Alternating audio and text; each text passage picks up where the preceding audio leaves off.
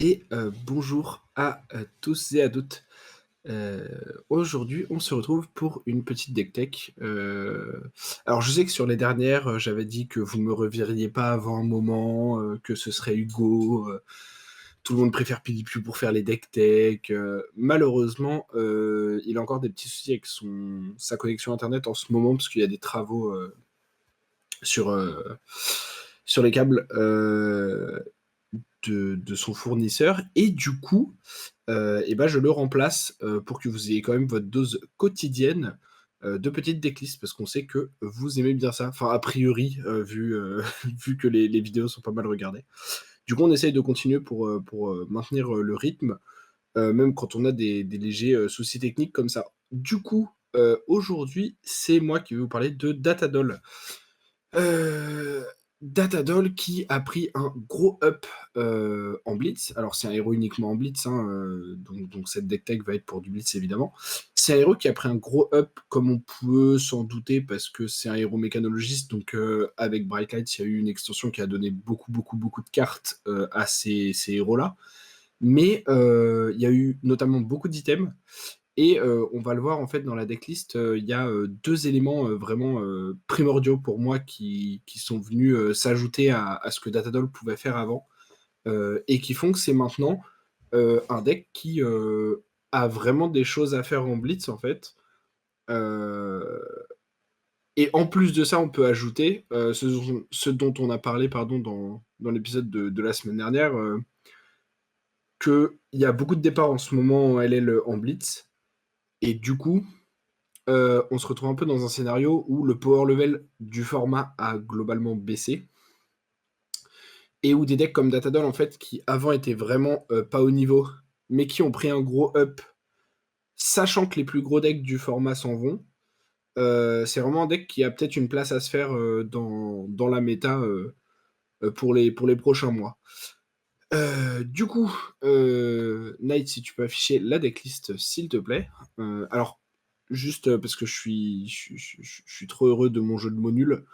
Pourquoi on a appelé la deck tech, Datadol in the Far West? C'est parce que un des trucs ultra importants selon moi de la deck tech, c'est le pistol et c'est le fait qu'elle ait un gun et qu'elle n'ait pas à jouer une autre arme.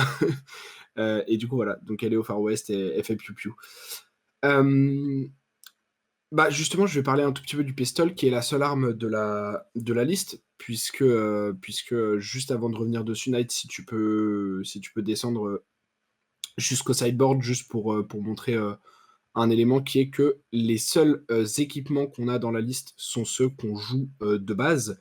Il y a les Achilles dans le maybe board de la liste pour rappeler que ça existe et j'expliquerai pourquoi on peut les considérer, à la fin. Mais globalement, pour moi, maintenant qu'il y a plus les wizards, on a beaucoup moins besoin d'AB et du coup, il y a, un peu, les 4 équipements et l'arme, qu'on va jouer dans tous les match-up, pour le deck. Du coup, donc le pistol, pourquoi le pistol, il est hyper important? Il y a 2 raisons. La première, c'est que, l'action de mettre un compteur dessus et l'action d'attaquer ne sont pas une fois par tour. Et de la même manière que Dash, OG est capable, quand elle a plusieurs points d'action sous Ayoktan par exemple, d'optimiser ça et de faire plusieurs coups de pistole, Datadol, grâce à, ces nouveaux items qui sont sortis dans Bright Lights qui ont Crank, va pouvoir faire un petit peu pareil.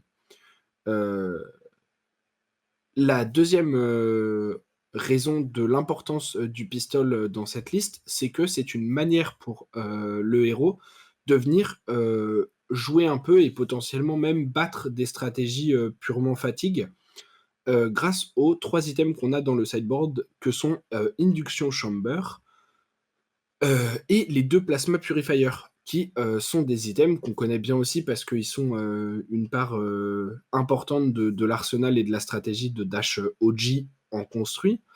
C'est des items qui permettent, d'augmenter ses dégâts en late game une fois qu'on a setup un petit peu, tout en gardant toutes nos cartes, dans le deck puisqu'on ne dépense plus de cartes ou très peu pour attaquer.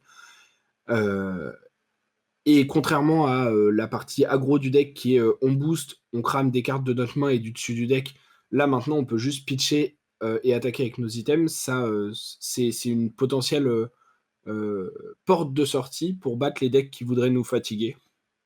Alors contre des decks hard fatigue, heu, il y a probablement des parties où ça ne suffira pas, mais ça veut dire que, en fait, le fait qu'on ait accès aux pistoles et à ces items-là, va faire que dans tous les match-up un petit peu mid-range, un petit peu plus lents, où l'adversaire pourrait nous fatiguer s'il le décidait, on lui enlève un peu cette option. Hem,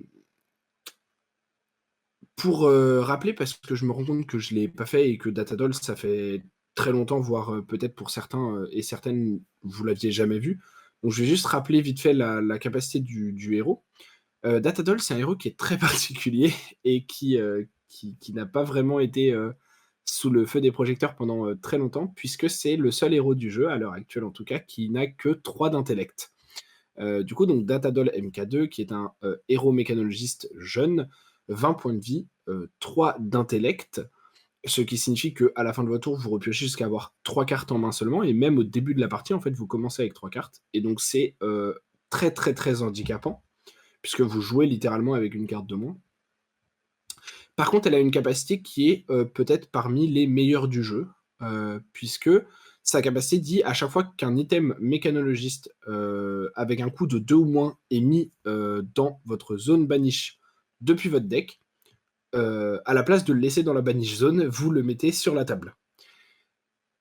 Ce qui est extrêmement fort. Donc premièrement, ça synergise très, très bien avec Boost. Deuxièmement, ça synergise très bien avec le Teklo Foundry Heart. Troisièmement, et vous allez le voir dans la liste, il y a aucune des nouvelles cartes Scrap et tout ça, puisque ça ne synergise pas avec Scrap, évidemment. Hem, pourquoi cette capacité, elle est extrêmement forte et elle l'est encore plus avec les nouveaux items de Bright Light? Puisque les nouveaux items de Bright Light, et ça revient à ce que je disais par rapport au Plasma Pistol, une grande partie des items qu'on va jouer ont le mot-clé Crank, qui est un mot-clé qui dit, lorsque l'item arrive, on peut enlever un Steam Counter de cet item, afin de gagner un point d'action. Ce qui permet notamment de leur donner virtuellement Go Again lorsqu'on les joue de la main. Mais lorsque on les ramène de la banish zone sur la table grâce à Datadol et à sa capacité, on a quand même la possibilité de crank. Même si on les a pas joués, mais que juste ils arrivent grâce à une capacité, on peut quand même crank. Et dans ces cas-là, on peut décider de juste crank pour gagner un deuxième point d'action. Point d'action qu'on va notamment pouvoir rentabiliser via ce pistol qui n'est pas restreint à une fois par tour. Donc voilà, c'est vraiment ça fait enfin ça va faire un petit cercle mes explications, mais c'est vraiment on en revient à ce pistol qui est très important. Et avant de continuer sur le reste de la liste, pourquoi j'insiste dessus? Parce que là, on a eu les updates, Living Legend, si je ne dis pas de bêtises. Si je me trompe, cette, decklist peut être caduque dès demain, mais normalement on les a eus, et à 4 ou 5 points près, je crois, Dash ne passe pas, Living Legend en blitz. Pourquoi c'est extrêmement important? Parce que l'arme signature de Dash, c'est le Tecloplasma Pistol. Ce qui signifie que si Dash part en blitz, le Tecloplasma Pistol s'en va avec, et à l'heure actuelle, c'est la seule arme mécanologiste avec le mot-clé pistol, avec le type pistol, et donc c'est la seule qui fonctionne avec les items comme Induction Chamber et Plasma Purifier, qui sont, je vous le rappelle, une partie de nos armes anti-fatigue. Pourquoi je fais quand même cette deck tech malgré que Dash soit à 4 points du Living Legend? Parce que là, on a fini la saison des skirmishes et on a normalement beaucoup, beaucoup, beaucoup, beaucoup, beaucoup de temps devant nous avant de réavoir des événements. La prochaine saison de skirmish, elle est dans je sais pas combien de mois. Il y aura peut-être un BH ou des choses comme ça, mais la probabilité que Dash le gagne sur X deck n'est pas la plus grande. Donc normalement, on devrait être relativement safe. À moins que, encore une fois, je me trompe complètement et qu'il y ait encore une saison de skirmish, semaine de skirmish la semaine prochaine, mais je ne crois pas. Si c'est le cas, encore une fois, bah, vous pourrez vous amuser avec cette decklist pendant 2 armories. Voilà. Moi, à titre personnel d'ailleurs, c'est la liste que je vais probablement jouer sur mes prochaines armories. Parce que bah, maintenant que j'ai perdu Cano, faut bien que je teste d'autres choses. Et ça, c'est un truc qui m'attire beaucoup. Et du coup, donc on va rentrer un peu dans le cœur de la liste maintenant. Pourquoi Du coup, Datadol, c'est un héros qui a vu, quelques résultats pendant cette saison de skirmish, qui, r a un certain gain en popularité. Pourquoi c'est un héros qui est considéré comme, peut-être, viable par rapport à avant? Et bah, c'est tout simple, enfin, c'est tout simple. Pour moi, il y a 2 éléments forts. Le premier, c'est qu'elle a, gagné des très bons items, via Bright Lights, comme les Boom Grenades, comme les Dissolving Shield, comme les Hadron Collider, qui sont des très bons items, pour une raison hyper importante, qui est qu'ils sont génériquement bons. Contrairement à avant, où alors certes, on avait le Teclopounder et le microprocesseur qui est la spécialisation de Datadol, qui sont des excellents items, mais on avait aussi des items comme, Dissolution Sphere, je crois, je me perds dans les noms, mais je crois que c'est Dissolution Sphere qui là est dans notre sideboard, qui est un très bon item, mais pas tout le temps, que contre certaines stratégies. On avait le Plasma Mainline qui est un très bon item, mais si on a d'autres bons items. On avait le Optical Monocle, pardon, qui est également un très bon item, si on en a d'autres. Et du coup, en fait, on avait des bons items si on avait d'autres bons items, mais on n'avait pas beaucoup d'autres bons items en dehors de ceux qui étaient très spécifiques à des situations. Et là, maintenant, bah, quand on lit Hadron Collider et Boom Grenade Rouge, c'est juste des bons items. En fait, c'est juste des items qui sont forts. Et du coup, le fait qu'on ait maintenant accès à juste des items qui sont forts tout le temps, ça rentabilise beaucoup la capacité de Datadol.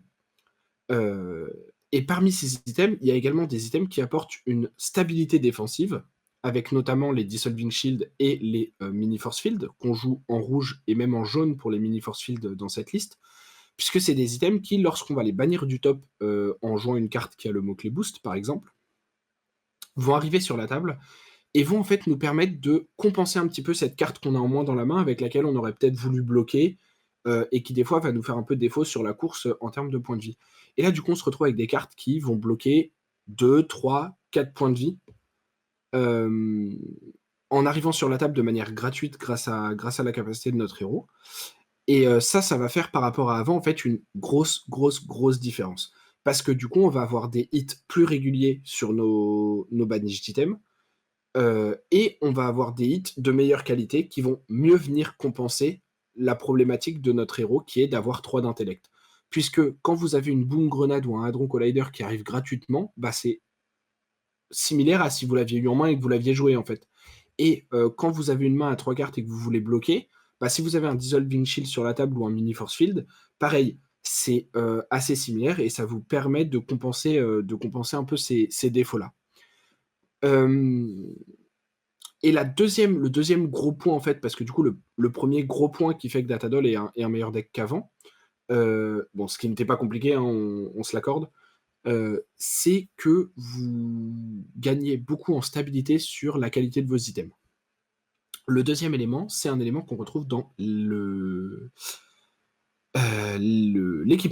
Heu, j'ai j'ai mis du temps à le trouver parce que j'avais en tête Extra Deck, parce que j'ai regardé des compétitions de Yu-Gi-Oh! Ce week-end et du coup, j'avais Extra Deck en tête. C'est pas du tout ça. Mais du coup, donc, dans nos équipements, on a une carte qui s'appelle Adaptive Plating, qu'on joue au nombre de 2 puisqu'on a le droit de la jouer en 2 fois, puisqu'elle n'a pas le mot-clé Legendary. Et donc ça, pour ceux qui connaissent pas, en gros, il y a une liste de texte qui dit: «Action pour 0, vous pouvez l'équiper à une autre zone d'équipement pendant la partie». Bon, ça, pour l'instant, c'est pas très relevant. Ce qui est important, c'est, le fait que ça a le mot-clé modular qui est, la seule carte à l'heure actuelle qui a ce mot-clé-là. Et en fait, ça permet de l'équiper à n'importe quelle zone. Ce qui signifie qu'on a la Crown of Providence en headpiece, on a le Teclo Foundry Earth en chest et on va avoir l'Adaptive Plating qui va venir en arms et en legs. Pourquoi Adaptive Plating? C'est également une super upgrade pour ce deck, parce que très souvent dans ce deck, on va avoir plein d'items sur le board et des fois des items qui servent pas forcément à grand chose, qui traînent un peu là, sans forcément être très bien rentabilisés. Et en fait, grâce à l'Adaptive Plating et au nouveau mot-clé qui s'appelle Galvanize, on va pouvoir, lorsqu'on va avoir besoin de bloquer avec, notre équipement, qui bloque à 1 et à Blade Break, mais qui, grâce au mot-clé Galvanize, va bloquer à 2 de plus, donc à 3 en tout, si on détruit un item qu'on contrôle au moment où on défend avec. Ce qui signifie qu'on passe, d'un héros qui avant avait 2 d'équipement sur la tête avec la crown, 2 d'équipement puis un avec Hurt et un équipement sur les bras à la limite et encore souvent ça jouait Goliath Gauntlet pour essayer de faire la course parce qu'on ne pouvait pas bloquer et les bots qui étaient les Achilles Accelerator. Donc on avait souvent entre 5 et 6 de bloc. Maintenant, on peut aller jusqu'à 11 si on galvanise, nos 2 Adaptive Plating. Vous voyez qu'en fait, on est sur, enfin, on double notre qualité de bloc sur les équipements et ça va vraiment faire la différence dans beaucoup de games aussi, quand on trade des points de vie et on va vraiment pouvoir stabiliser aussi ça et compenser encore une fois le problème de notre héros qui est de n'avoir que 3 cartes en main et qui va être un problème majoritairement lorsqu'on doit bloquer. Puisque lorsqu'on attaque, certes, on a une carte de moins, mais entre l'arsenal et le fait que à chaque fois qu'on bannit un item, et je crois qu'on en joue entre 18 ou 20 dans la liste, j'ai un doute parce que j'ai fait deux, trois petites modifications de dernière minute. En fait, avec tous ces items qu'on va bannir, on va souvent se retrouver à les jouer gratuitement, ce qui correspondrait un petit peu finalement à si on les avait joués de la main. Et voire même des fois, on va en avoir 2 ou 3 qui pop en un seul tour, et bah ça revient à avoir joué une main de 6 ou 7 cartes. Euh, donc ça devient vraiment intéressant. Alors juste rapidement sur donc les items, j'ai parlé de la plupart, il y en a qui viennent pour renforcer la capacité défensive de notre héros. Il y a Teclopounder qui est juste un excellent item, puisqu'on booste beaucoup. Il y a Microprocesseur qui est un item qui est genre juste. Voilà, je vais pas vous relire toute la carte, lisez-la. Soit vous la lisez là à l'écran parce que Knight vous la montre, soit vous la lisez dans la decklist qu'on mettra en lien en commentaire, en description, pardon. Mais c'est insane. C'est insane. Et en plus de ça, c'est aussi une carte qui va vous aider à rentabiliser potentiellement vos points d'action supplémentaires grâce aux items avec Crank. En plus de ça, on a une partie de nos items qui sont jaunes et bleus, ce qui aide à compenser un autre des défauts du deck, qui est lorsqu'on a des mains trop d'items, on peut, un, pas bloquer, ce qui est compliqué, et en plus de ça, on a des mains qui sont un peu awkward à jouer, puisqu'on veut booster pour jouer nos items du top du deck et pas les jouer de la main. Et du coup, on a quelques items rouges quand même, parce que bah, c'est important d'avoir du power level sur nos items et juste, genre, flat en fait, d'avoir des bonnes stats dessus. Mais on a aussi beaucoup d'items, certains qui existent que dans cette couleur-là et certains comme Mini Force Field qui existent dans toutes les couleurs, qu'on va jouer en jaune et bleu parce que ça va nous aider à jouer notre tour, puisqu'on a pas mal de cartes qui coûtent 1 et que du coup on va souvent vouloir pitcher une ou deux ressources par tour. Pour les cartes de boost, rapidement, on a les meilleurs boosts de la Terre, c'est-à-dire 0 to 60, Zipper Hit et Throttle en rouge et en jaune également pour les deux premières, parce que c'est des cartes qui sont juste overrate lorsqu'elles ont Go Again. On a ensuite Dumpster Dive et Sprocket Rocket qui, avec le nombre d'items qu'on a dans le deck, vont assez souvent se retrouver avec des 0 pour 4 et des 1 pour 5, puisqu'elles ont plus 1 si lorsque vous boostez avec, vous bannissez un item. Et du coup, bah, souvent, ça va être des 0 to 60 et des Hyper Hit rouges qui, on vient de le dire, sont les meilleures cartes de votre deck. Et après ça, on a également Dive Through Data, Data Link et Expedite, qui sont là. Alors, Data Link et Expedite, parce que c'est des zero cost, donc ça permet de les jouer tout seul. Et Dive Through Data, parce que ça permet de dig pour des items pour les bannir après sur Teclo Foundry Earth dans le reste de votre tour. Expedite a en plus l'upside que il peut aider à menacer un on-hit si vous avez un item dans votre main et que vous avez un peu du mal à le jouer. Voilà. Mais il est surtout là parce que c'est une 0 pour 3 boost. Et du coup, en fait, c'est une carte que vous pouvez jouer toute seule. C'est aussi une carte que vous pouvez jouer, puis activer Teclo Foundry Earth avec un item rouge de votre main si vous n'avez pas d'autres cartes de ressources, donc jaune ou bleu, pour faire deux ressources et potentiellement jouer une autre carte après ou un item à deux dans votre main, comme un microprocesseur par exemple qui serait un peu bloqué sinon. Donc on aime beaucoup dans le deck les zéro cost. Voilà. Très rapidement avant de vous laisser, le sideboard, donc on l'a vu, il y a les items pour le pistol. Il y a également Plasma Mainline qui est là pour des games un peu plus grindy, qui va aider à générer encore plus de value sur vos items. On a TikTok Clock qui est là pour les miroirs de mécanologistes notamment, et qui peut être très très très très strong parce que ça va venir potentiellement détruire des choses en face. Et on a Dissolution Sphere qui est très fort contre les Kodashi des ninjas, qui est très fort contre les Runechant aussi, puisque à chaque fois que vous devriez prendre exactement un point de dégâts, ça va les prévenir. Donc c'est une carte qui est très intéressante, surtout quand on considère que c'est une jaune, donc vous pouvez la pitcher si vous l'avez en main, et vous pouvez juste la jouer gratuitement si vous la bannissez en boostant ou en activant Foundry. Donc c'est une carte qui peut vraiment avoir beaucoup de value. En parlant de Runechant, les Achille Accelerator, elles sont dans la liste en Maybe Board. Vous pouvez totalement enlever les TikTok Lock ou le Plasma Mainline pour les re-rentrer si vous avez beaucoup de Vincent, par exemple, dans votre méta local et que vous voulez respecter l'AB. Je pense qu'avec 3 cartes en main, pitcher pour l'AB, c'est très dur. En plus, on n'a pas beaucoup de bleus. C'est pour ça que je les ai pas mises de base dans le deck, parce que je pense que même contre Vincent, par exemple, vous ferez toujours plus de value avec les 3 blocs d'adaptive sans dépenser de cartes en main qu'avec les Achille Accelerator. Voilà. Dernière petite chose pour le main deck, ou pour le sideboard d'ailleurs, il y a un cycle de cartes que je n'ai pas mis qui peut être intéressant à tester, qui sont les scripts, notamment le Penetration, donc la jaune qui donne plus 1 d'attaque plus 1 d'attaque à vos attaques action card mécanologistes, ou celles qui donnent -1 aux cartes qui défendent vos attaques action card mécanologistes. C'est des cartes qui peuvent être intéressantes parce que, encore une fois, c'est des cartes qui sont un peu awkward quand on les a en main à jouer, mais qui, si vous les jouez juste gratuitement en les bannissant du top, et qu'elles peuvent rester 2 tours parce que du coup vous n'avez pas besoin d'enlever le Steam Counter pour leur donner Go Again, etc. C'est des cartes qui peuvent vous générer beaucoup de value, créer des breakpoints sur vos cartes comme Expedite par exemple, et en même temps, faut rappeler que c'est quand même des cartes aussi qui sont value si vous faites beaucoup d'attaques dans le tour, et avec une main de 3 cartes, vous allez souvent faire genre 2 attaques action cards maximum dans votre tour. Donc voilà, mais ça peut être une piste à explorer. Évidemment, ce deck a des mauvais match-up. Prism avec ses War de 4 et ses fantasmes, sachant que vous n'avez que 2 poppers dans le deck. Je pense qu'il y a des match-ups qui peuvent aussi juste aller plus vite que vous malgré les items et la value que vous pouvez faire. Des decks vraiment, vraiment hard fatigue vont probablement être capables de vous battre, surtout s'ils ont un peu de tech pour les items, malgré le setup pistol. Donc c'est pas du tout un deck qui est là pour venir révolutionner la méta blitz et être tier 1, tier S, je ne sais quoi. Mais c'est un deck qui est enfin viable par rapport à pendant très longtemps, qui est très sympa à jouer, qui change un peu de d'habitude parce que vous faites pas votre value de la même manière que d'habitude, vous n'avez que 3 cartes en main, etc. Et voilà, je voulais vous le présenter parce que moi, c'est un deck que je vais jouer et je pense que Bright Lights a vraiment donné une capacité à Datadol de faire des choses, au moins dans vos petites armories locales. Voilà, encore une fois, merci de nous suivre toutes les semaines, que ce soit sur les deck tech ou sur le podcast. Continuez à nous mettre des gentiment en commentaire, on vous lit, à participer sur notre Discord, à blablater un petit peu, à venir nous voir en event, ce que vous voulez. Continuez à mettre des pouces bleus, continuez à vous abonner.